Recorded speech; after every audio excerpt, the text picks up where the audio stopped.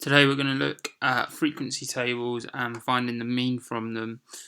So this is just another way of presenting data that we saw in yesterday's lesson. So we're going to look at getting an average from them, that average being the mean. So I'm just going to do the one on the left silently, then I'll talk through it, and then you can have a go at the one on the right.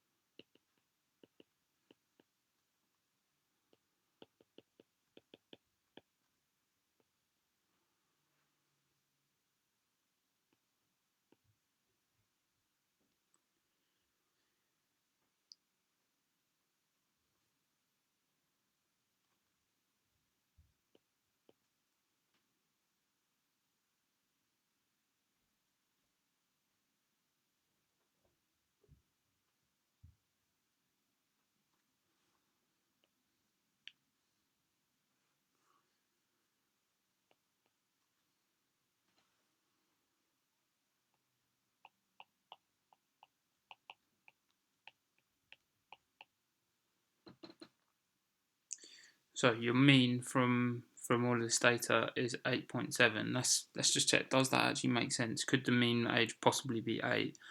I can see that the mode is 8 because there's the most of them. So it makes sense that my mean is around that somewhere. So I know I've done something right. Right, I'm just going to explain it now because otherwise I don't want you to just remember, right, this is what you do, you time these together. I want you to know why you're doing it. So the frequency table is just another way of presenting the data. So I'm going to present it as a list, which is maybe what you're more familiar with when you find out the mean. So what this is saying is that we've got one person who's 7, 4 people who are 8, 1, 2, 3, 4, 2 people that are 9, and 3 people that are 10. Now what I would normally do is add these all up and then divide them by how many there are. So I got how many there are by adding up the frequencies, that's 10. So that's fine. So I'd add all these up. So the sum of all these and then divide it by 10. But I don't want to write it out as a list every time because there could be hundreds of numbers in there. So the reason I can do 1 times 7 is because that tells me how many all those 7s add up to. So there's 1 7 which needs to be added to all my data. Then there's 4 lots of 8 that need to be added to my data. So this one's worth 7.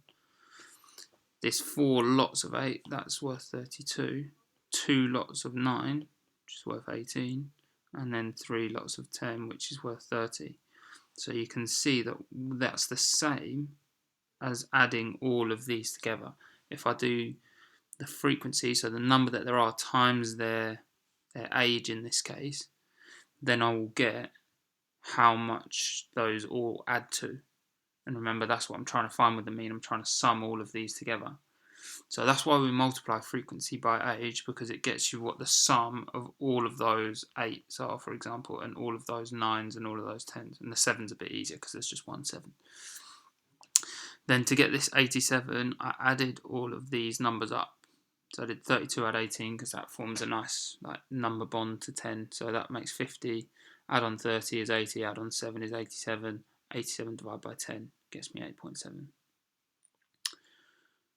Right. So the only working you need here is in red.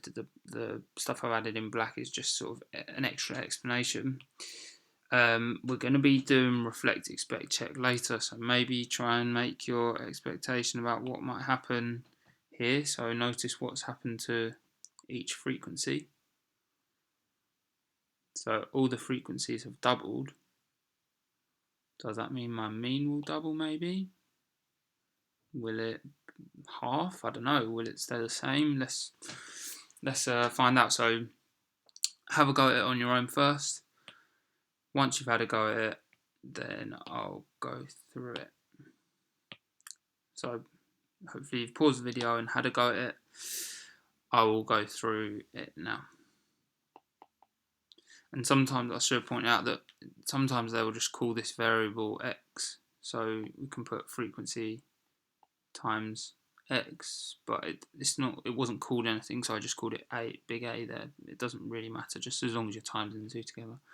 So this will get me 14. I'm going to sort of skip a stage of working. 9 times 4 is 36, 60. Right, let's add all that together.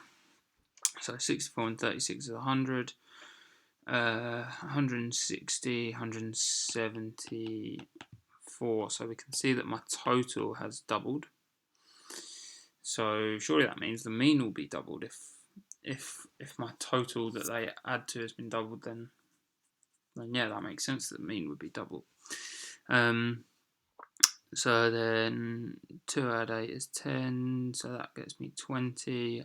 But my number of people has also been doubled. So if I do 174 over 20, then I will still get 8.7, which again, does that make sense? Well, 8 is my most common, so yeah, that's about right. Well, it's exactly right, but I know I'm in the right area. If I did predict it would be doubled, then it would be 17.4, right? Which, does that make sense for this group of data? No, it doesn't, because no one in there is 17. Okay, what I'd like you to do now is, and I know you're all looking forward to this because we haven't done it in ages, is to turn your book landscape and then write 4 columns: question, reflect, expect, check. So you might just want to put 1 there, and then you can write out the table in this column. So you don't necessarily need to write out the whole question there. You can just do it in your check column. And then I just want to see you reflecting and expecting, and then finally using the method that I've taught you to check each of your answers. Use the help sheet that I've provided on Show My Homework, and I've also said, for those that don't read the description carefully, that my minimum expectation is that you do up to question 5 as an extension. So if you want to extend yourself further, then do all of the questions. Make sure you're filling in those reflect, expect columns as if I was standing watching you in class and saying, have you got enough there? So do it to the best of your ability. All right, have a great rest of your day.